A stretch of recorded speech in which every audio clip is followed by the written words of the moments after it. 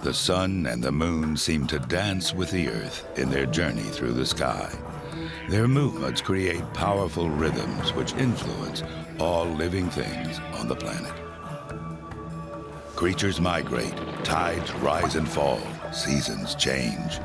Entire civilizations are inspired to worship these monumental forces as gods. Almost nothing is more beautiful than a sunset, or more compelling. Here on Earth, the sun and the moon and their positions in the sky determine a great deal of who we are and how we live our lives. We plant our crops, celebrate our holidays, make plans for the future based on time we mark by their passage. In nature, the response is sweeping and elemental, as everything is driven to move, change, and grow.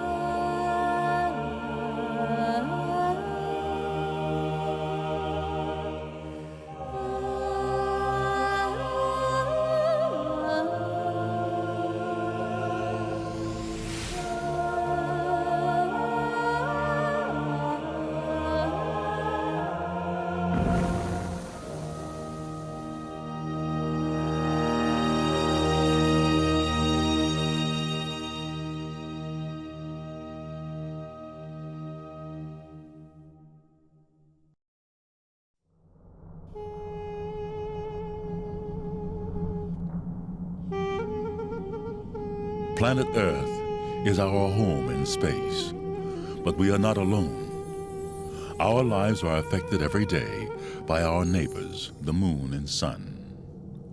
Together, the moon, earth, and sun perform a complex ballet which generates the rhythm of the seasons, months, and days.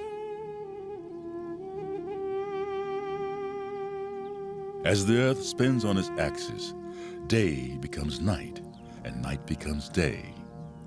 But the length of each day depends on the time of year and our location on the earth. The first light of a December dawn on the Rann of Kutch in India stirs a flock of 100,000 cranes.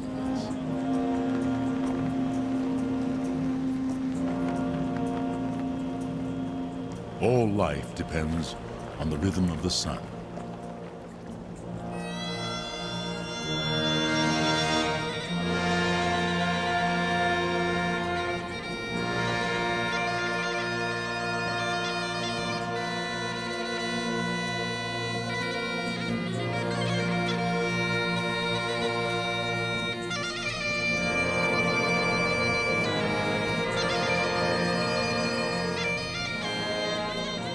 Dawn sweeps over the face of the earth at 1,000 miles per hour.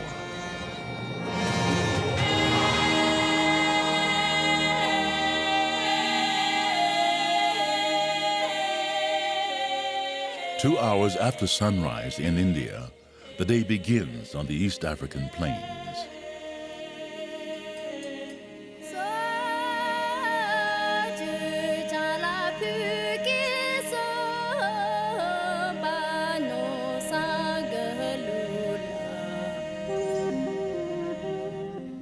On the equator, the length of daylight is fairly constant, 12 hours of sunlight and 12 hours of darkness.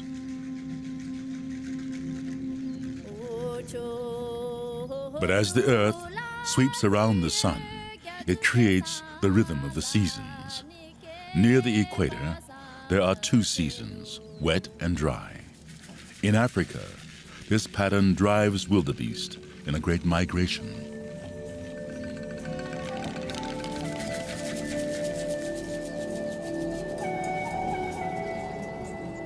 4,000 miles to the north, 4 hours later, a weak sun now rises over the marshlands of eastern England. Thousands of shorebirds spend the winter on these marshlands, escaping the bitter Arctic cold. But here, they live by the rhythm of the tides.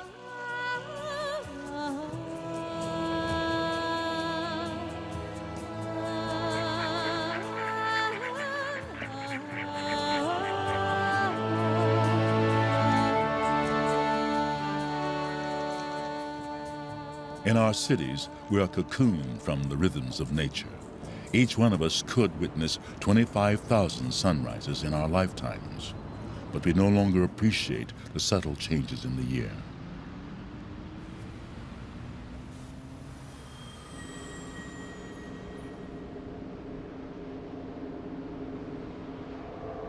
We live by artificial time.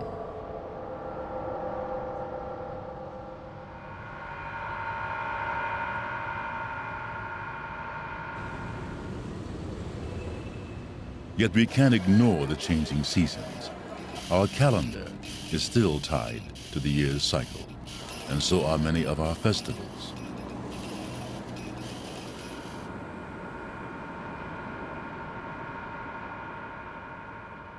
It's no coincidence that Christmas comes at the darkest time of the year. This modern holiday is a relic of an ancient festival which marks something far older than Christianity: midwinter. We experience all the seasons because of one simple fact: the earth is tilted on its axis.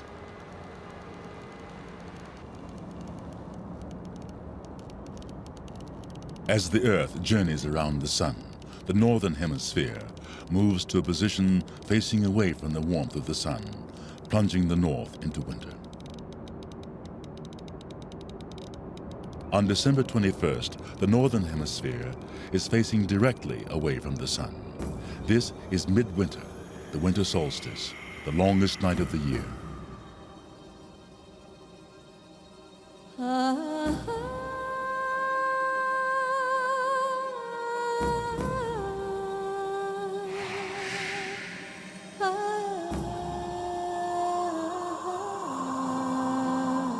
People have celebrated the turning points of the year for millennia.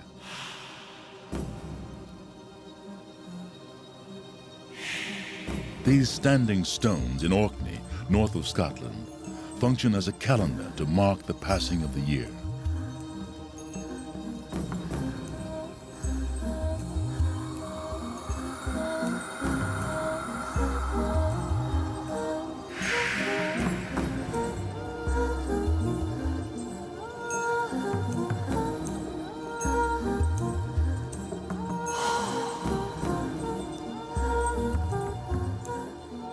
There's also a place here that marks midwinter precisely: a burial mound. It's built so that on the shortest day of the year, the light of the setting sun shines down the central chamber of the tomb and reaches the far wall.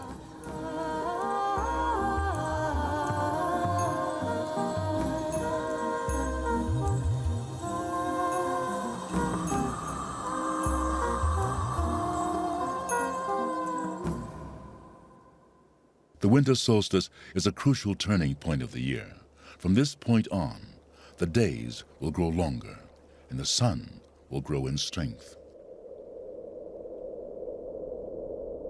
Far to the north of Scotland, in the high Arctic, the sun disappears for much longer than one night. Around midwinter, the earth is tilted so that the North Pole is hidden from the sun. This long, bitterly cold Arctic night lasts for weeks.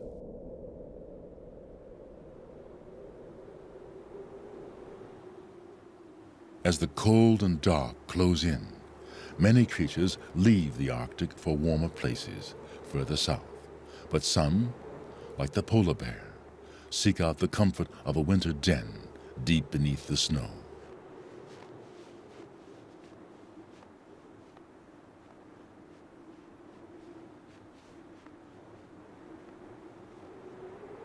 But even in this everlasting winter night, when the sun has gone away, there's still a light in the sky.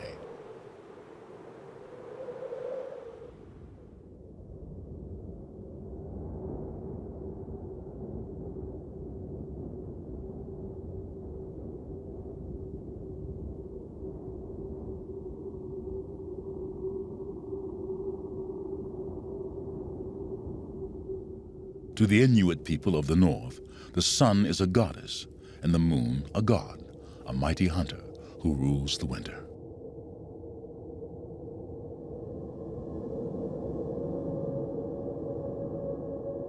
The face of Igaluk, the moon god, smolders with a pale, cold light compared to his sister, the sun. It's said he chases her, trying to catch her, rape her, but she hides from him.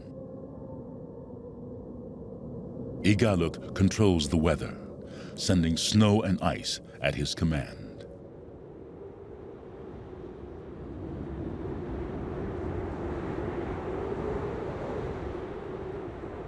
But the moon doesn't rule only the winter sky of the north. His influence is felt all over the world.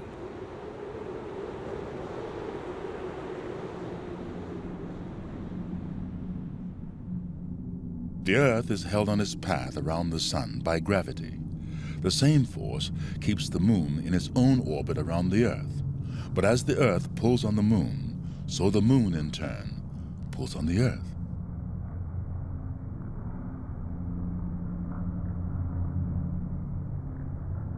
Compared to the Earth, the moon is small. It would just about fit onto the North American continent. It's also 250,000 miles away.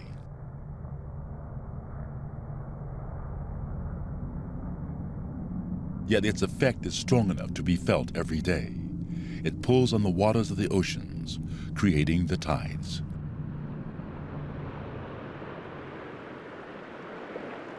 As the Earth spins beneath the moon, sea levels rise and fall.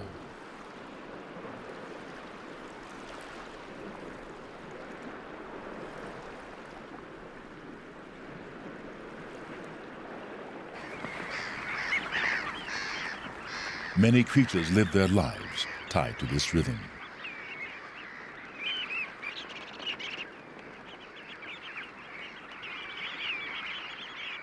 Regardless of whether it's day or night, shorebirds that spend the winter on coastal mudflats have to feed at low tide, when the mudflats are exposed.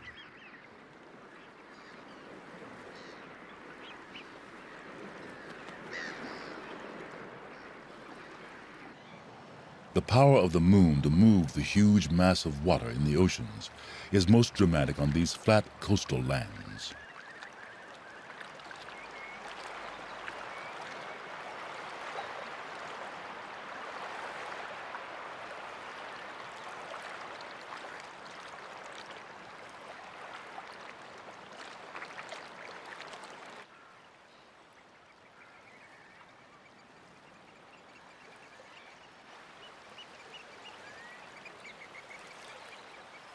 Here, the tide comes in at the pace of a fast walk.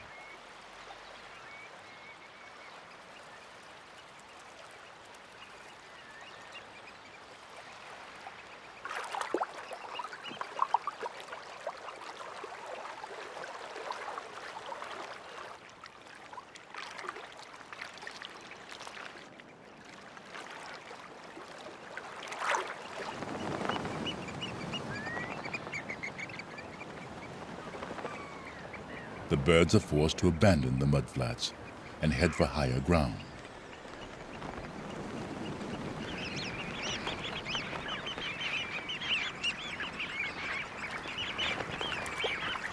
Even though it's now daytime, they'll sleep and wait for the tide to go out again, their lives ruled by the moon in the oceans. As the tide falls again, on Herm, one of the English Channel Islands, the sand turns green. Millions of tiny green flatworms emerge from the sand into shallow pools left by the retreating tide. Their green color is due to algae living inside of them. The algae use the sun's light to make their food.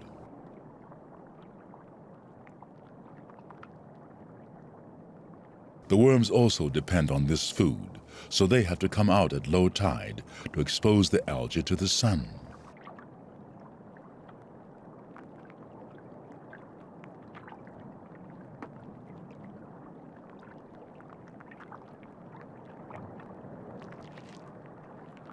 As the tide comes back in, they retreat into the sands once more.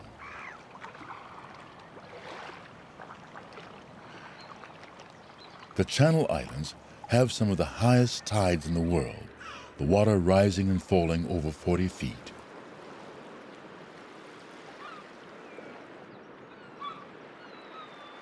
The size of every tide depends on the phases of the moon, which are due to the moon's orbit around the Earth, one rotation every 28 days. From our viewpoint on the Earth, the amount of the moon's face lit by the sun changes as it travels around us.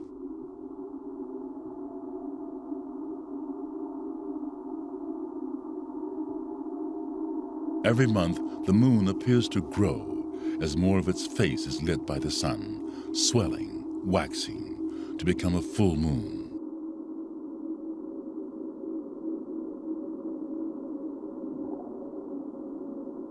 As the moon continues on its journey, the amount lit by the sun gradually decreases, waning, until it seems to completely disappear.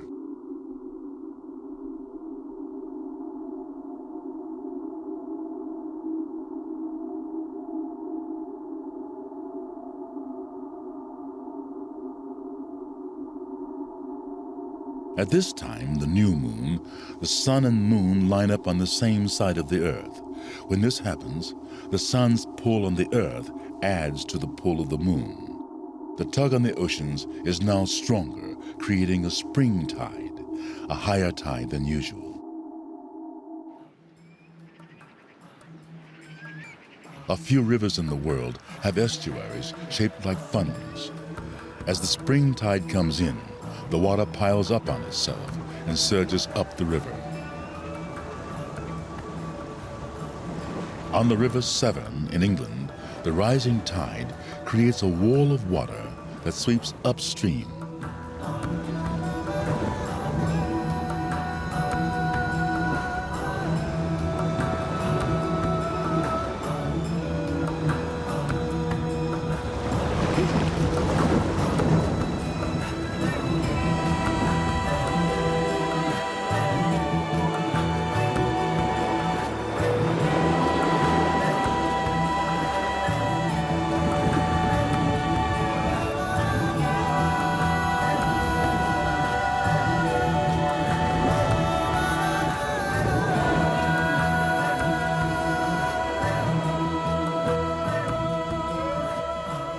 For some creatures, these extra high tides are a signal that it's time to breed.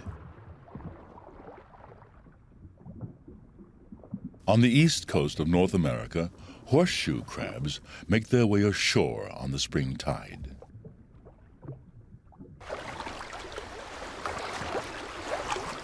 These ancient creatures have been crawling out of the sea to lay their eggs for millions of years.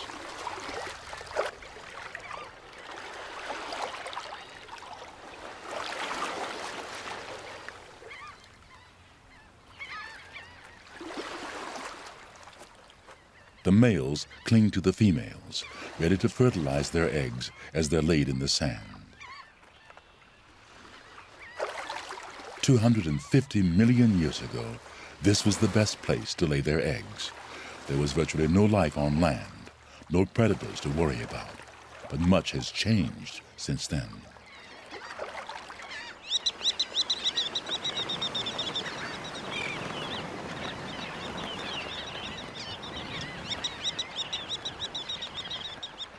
Now, millions of birds, sanderlings, redknots, ruddy turnstones descend on the beaches to partake of an egg feast.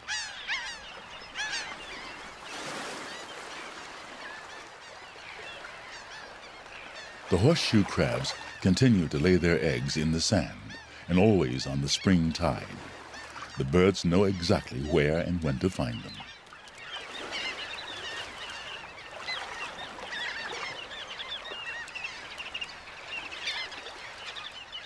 Most of the crabs make it back to the safety of the water, the males and females still locked together in their embrace.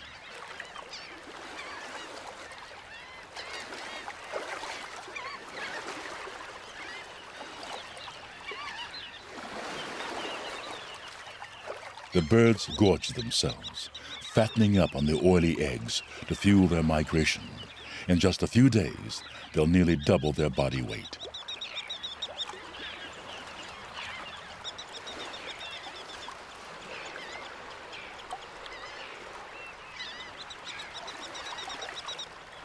All winter, they've been living and feeding on the rhythm of the tides.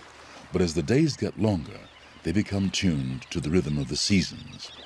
Soon, they'll begin their long journey north to their summer breeding grounds.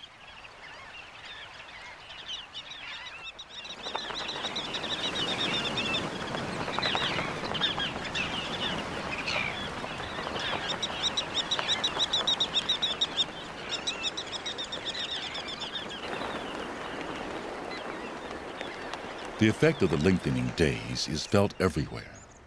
All winter, forests have seemed dead and silent, but now, with the first glimmer of spring, life begins to stir.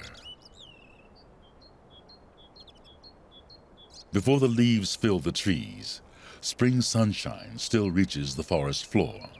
Now, the first spring flowers emerge.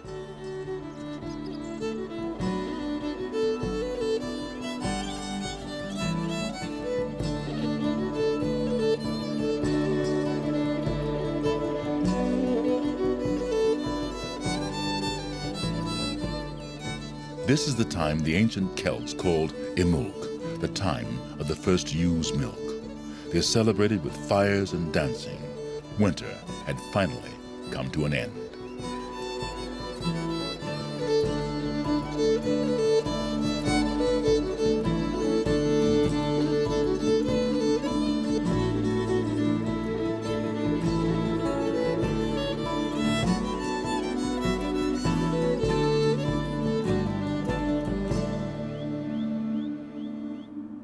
As winter turns into spring, days get longer and nights shorter, until they are exactly the same length. This is the spring equinox. On this day, every place on Earth has 12 hours of light and 12 hours of dark. At the equinox, the sun rises exactly due east.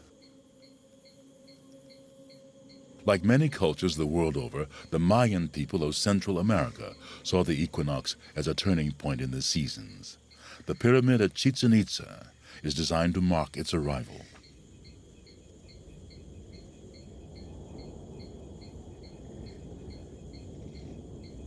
The pyramid is aligned so that on the day of the spring equinox, the setting sun casts a special shadow.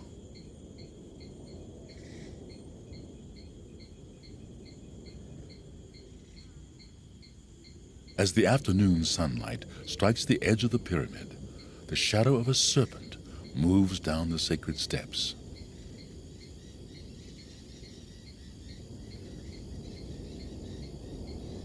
The serpent is an ancient symbol of fertility.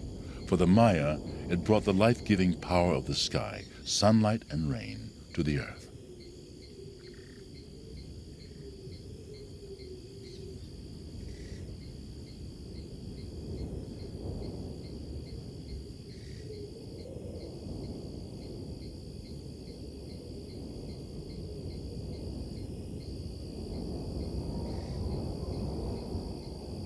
Once the spring equinox is past, the days will start to get longer than the nights.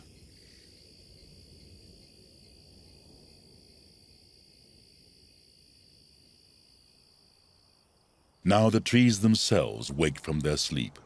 This transformation is most dramatic along the ridges and valleys of the Appalachian Mountains.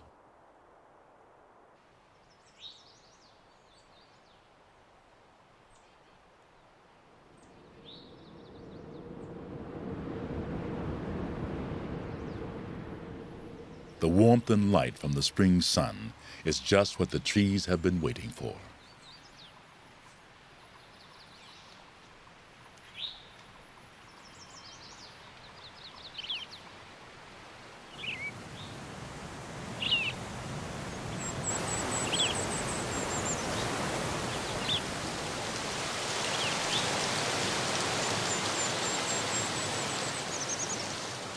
The forest turns into a riot of green. But all this greenery serves one purpose. Each leaf, each plant is making food from the energy of the sun by the process of photosynthesis. This complex process sustains virtually all life on Earth.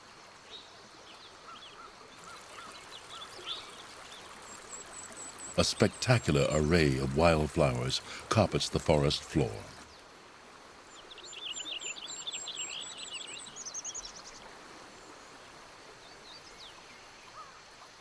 It's as if the earth is overflowing with life and energy as it wakes from a winter sleep.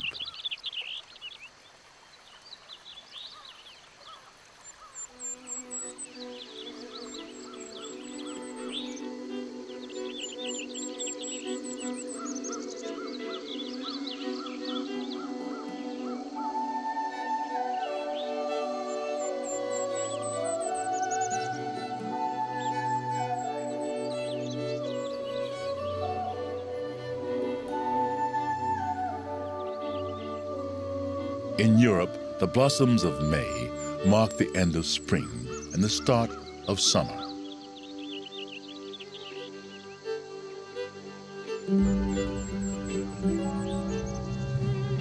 This profusion of life is celebrated on May Day, a relic of the ancient Celtic fire festival of Beltane. The blatant fertility all around is reflected in the tradition of erecting the maypole.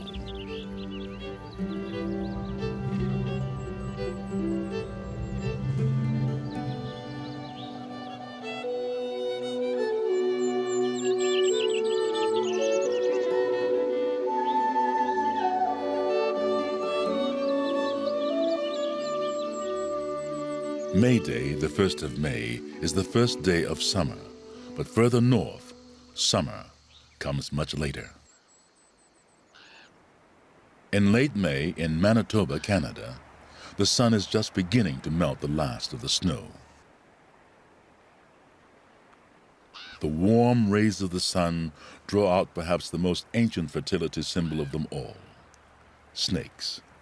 These reptiles have been associated with the reawakening earth goddess for thousands of years. They slide silently from the underworld, from the depths of the earth herself.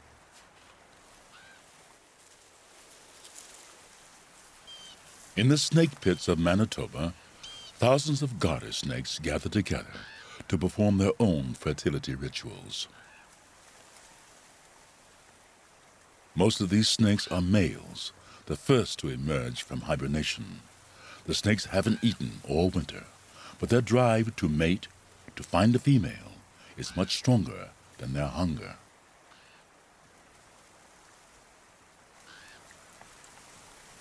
When a female does appear, she's completely surrounded by eager suitors.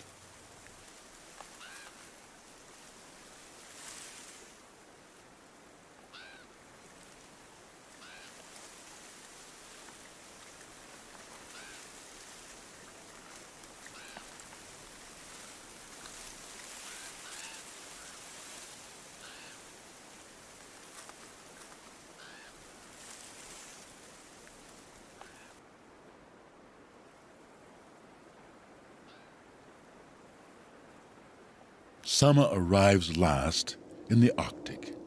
The long night is nearly over.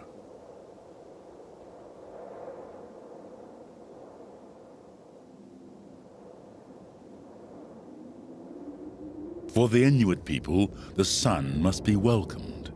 In order not to offend her, all the lamps are extinguished.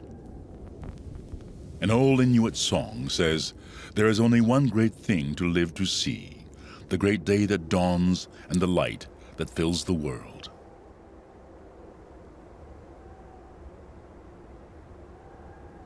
The sun has come home.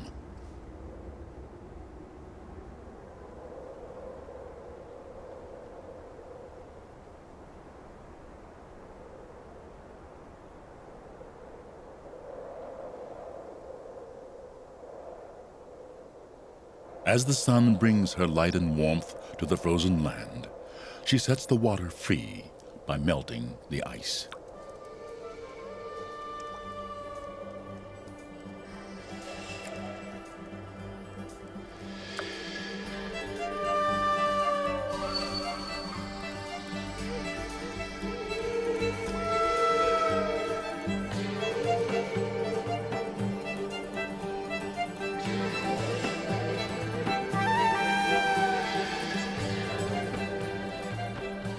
Far to the south, the call of the Arctic summer is heard.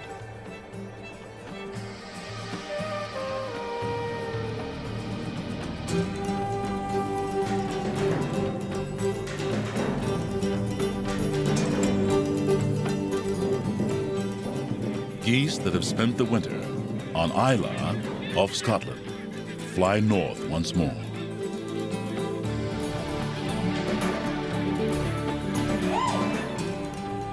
They will return to the sites they left last year to raise a new family.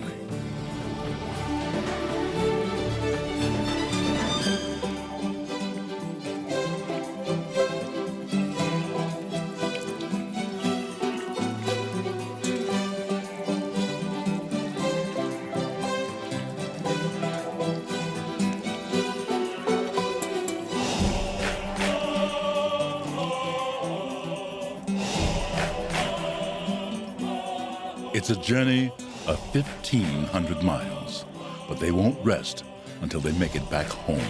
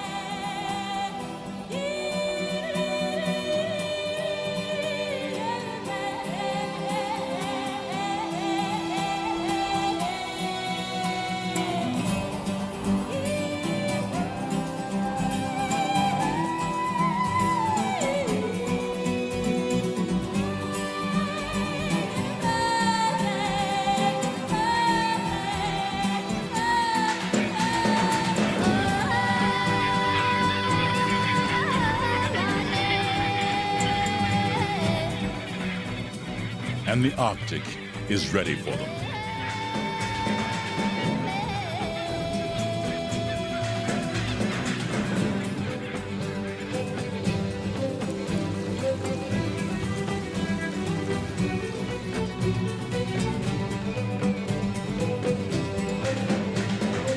The snow has melted, and there's plenty of rich, fertile grass, a feast for the exhausted, hungry travelers.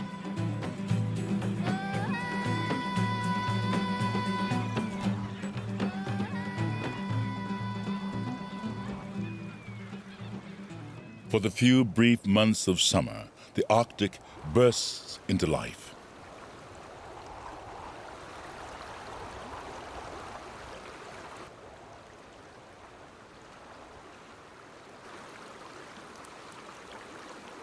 Flowering plants must bloom and set seed in a matter of weeks before the snow returns.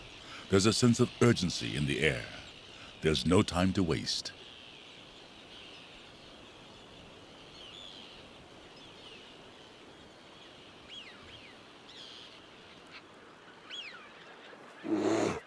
After a long winter in a cramped den, polar bears find time to relax in the long summer days.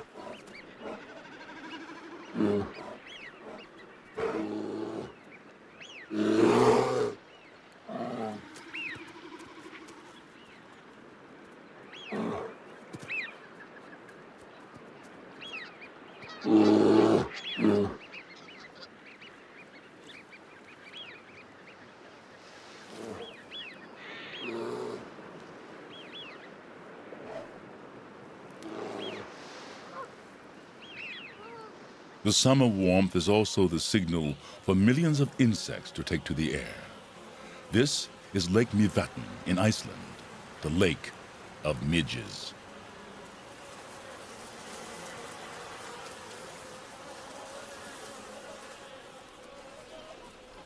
Long daylight hours and almost infinite supplies of food make the difficult trip here worthwhile for thousands of birds.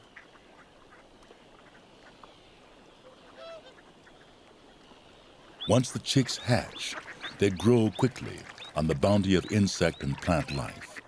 The young birds must be strong enough to fly south when the summer ends.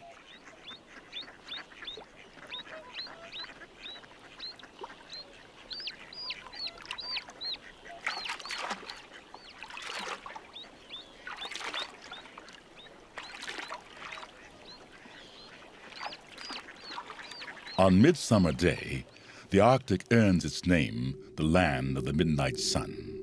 Today, on the Arctic Circle, the sun doesn't set, it just touches the horizon.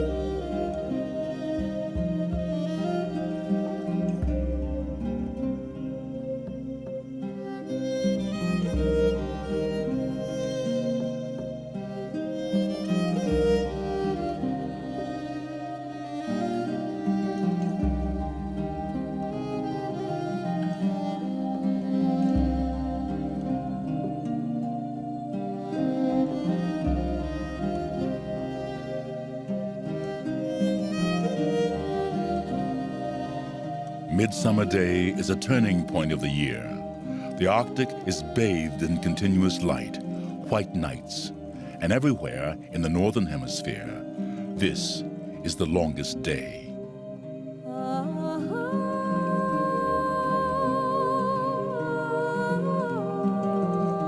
The huge ancient stones of Stonehenge were aligned so that at sunrise on the longest day, the rising sun appears from behind a special stone, the heel stone.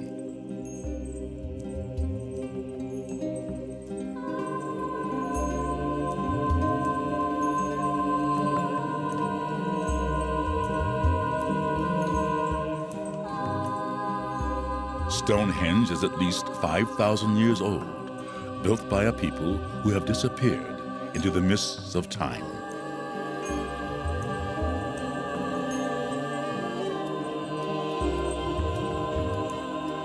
Yet even then, they could predict the changing seasons, and they honored the life-giving power of the sun.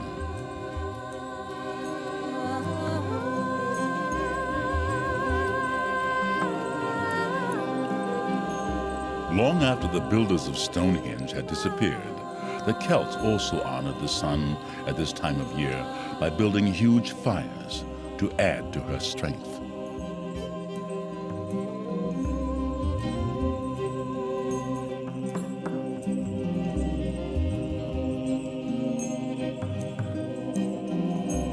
It was a time when life was at its most virile, the highest point in the year's cycle, a time of plenty.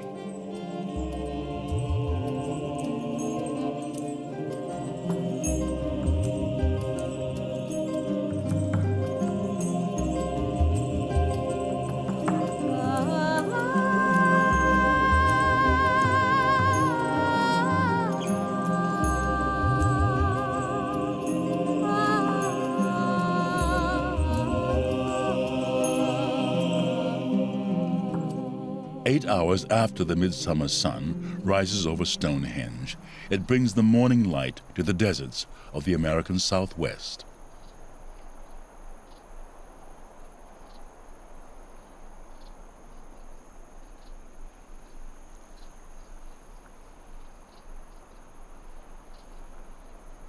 For the people of the desert, the sun was the most powerful deity in their lives. The ancient civilization of the Anasazi also built monuments to measure the passage of the year.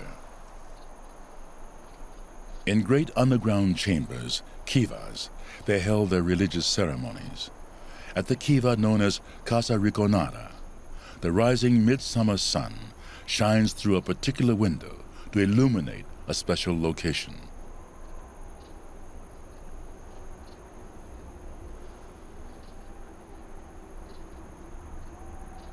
For these desert farmers, it was vital to know the time of the year, when to plant crops, when to expect rain. Even today, the descendants of the Anasazi, the Pueblo Indians, stopped planting crops after Midsummer's Day.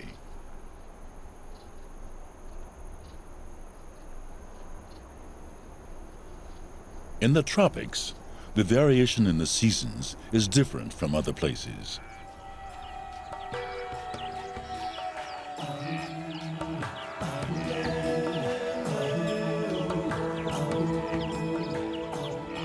Moving bands of rain create a complex pattern of wet and dry seasons.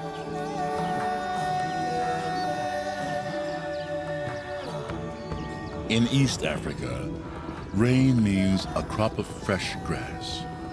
Herds of wildebeest spend most of their lives in a great circular migration, following the rains that will bring the grass to life.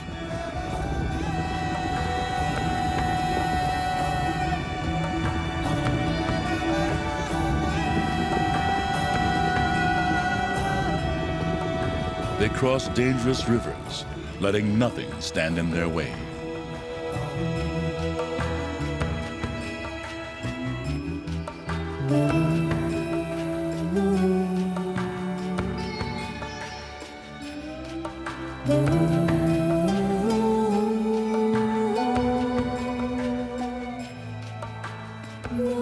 More than 500,000 animals travel together, a great wave of wildebeest that knows exactly where it's going, to the northern plains.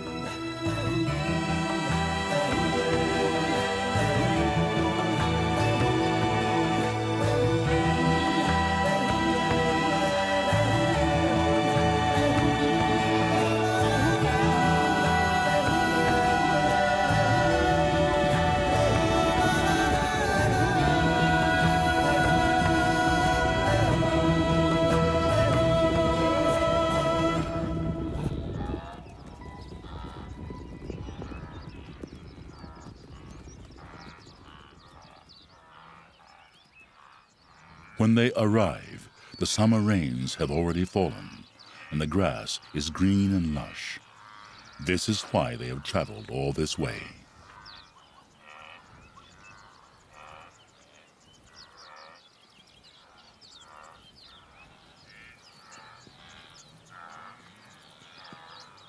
Around the world, the energy of the sun has also been transformed into a growing bounty.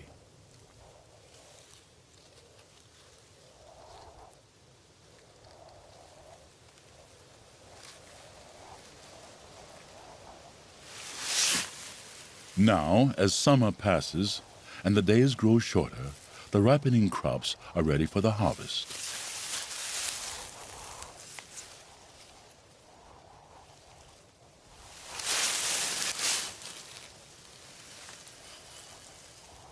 Eventually, on the autumn equinox, September 21st, the days and nights are equal in length once again.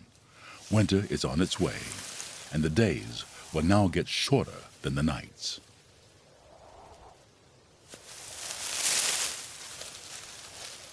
The sun is starting to lose her strength.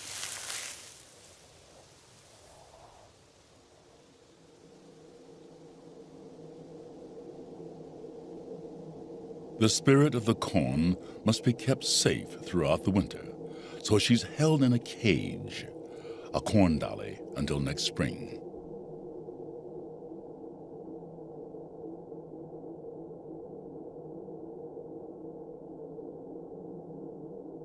Summer turns to autumn, and the forests are once again transformed, this time to a blaze of red and gold.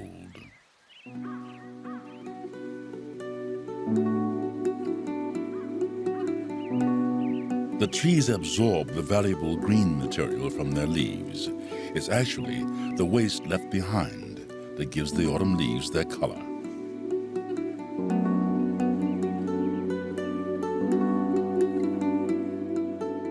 Nature's yearly painting of the trees is most spectacular in the forests of New England. As the dying leaves return to the earth, they provide nourishment for the trees by fertilizing the soil below.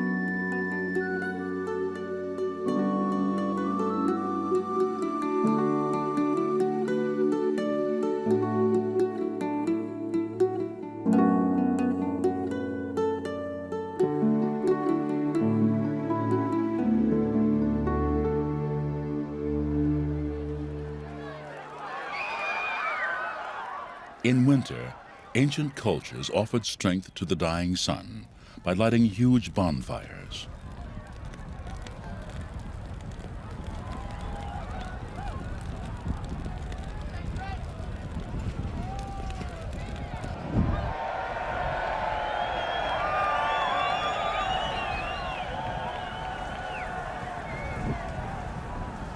A ghost of the great Celtic fire festival of Samhain is still alive today in the English village of Ottery St. Mary.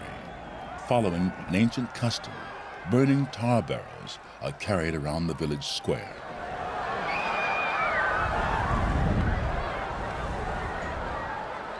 At Samhain, the veil between the physical world and the spirit world becomes thin.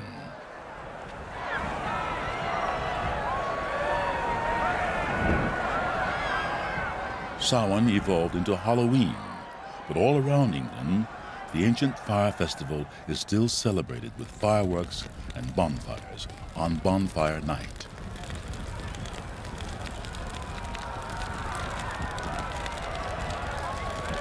The fires of Samhain live on, a tradition too strong to fade away.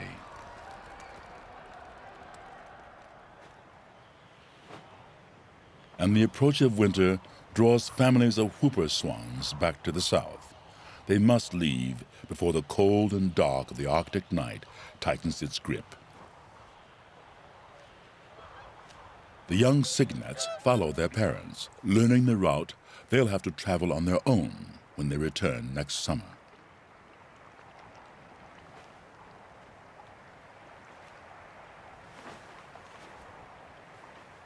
Driven by the shortening daylight, their journey seems relentless, but they know where they're going, always south, always together.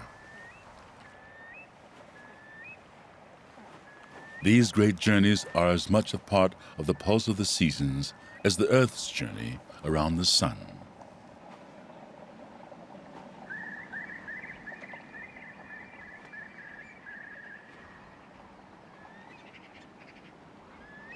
They take a short rest before completing the final stretch.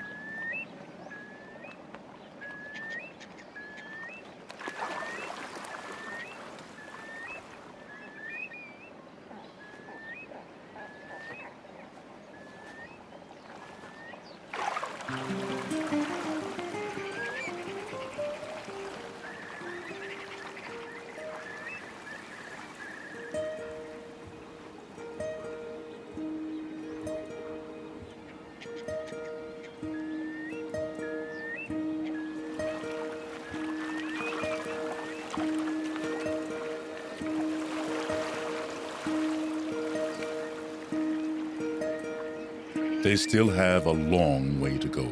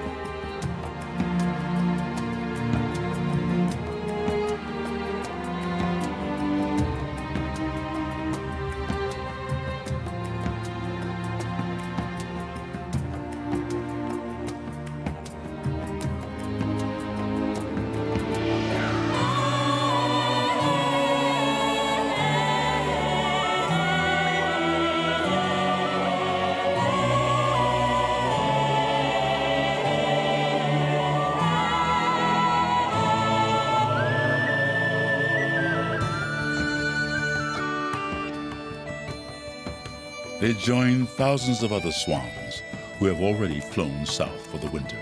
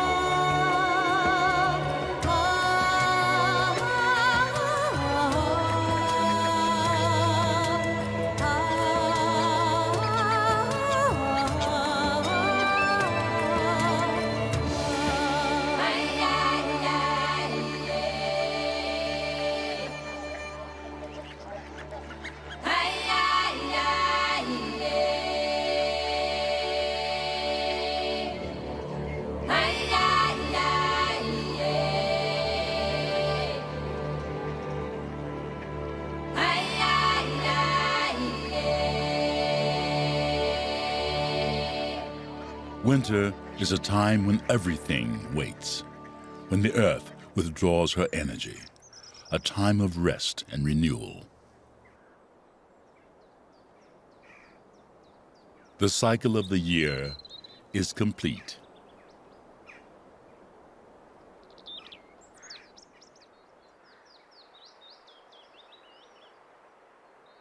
But we don't have to suffer the tyranny of winter.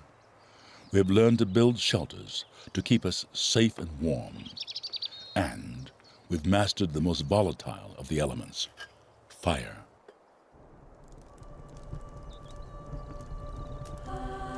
Once our ancestors could control fire, they could bring the warmth of the sun down to earth.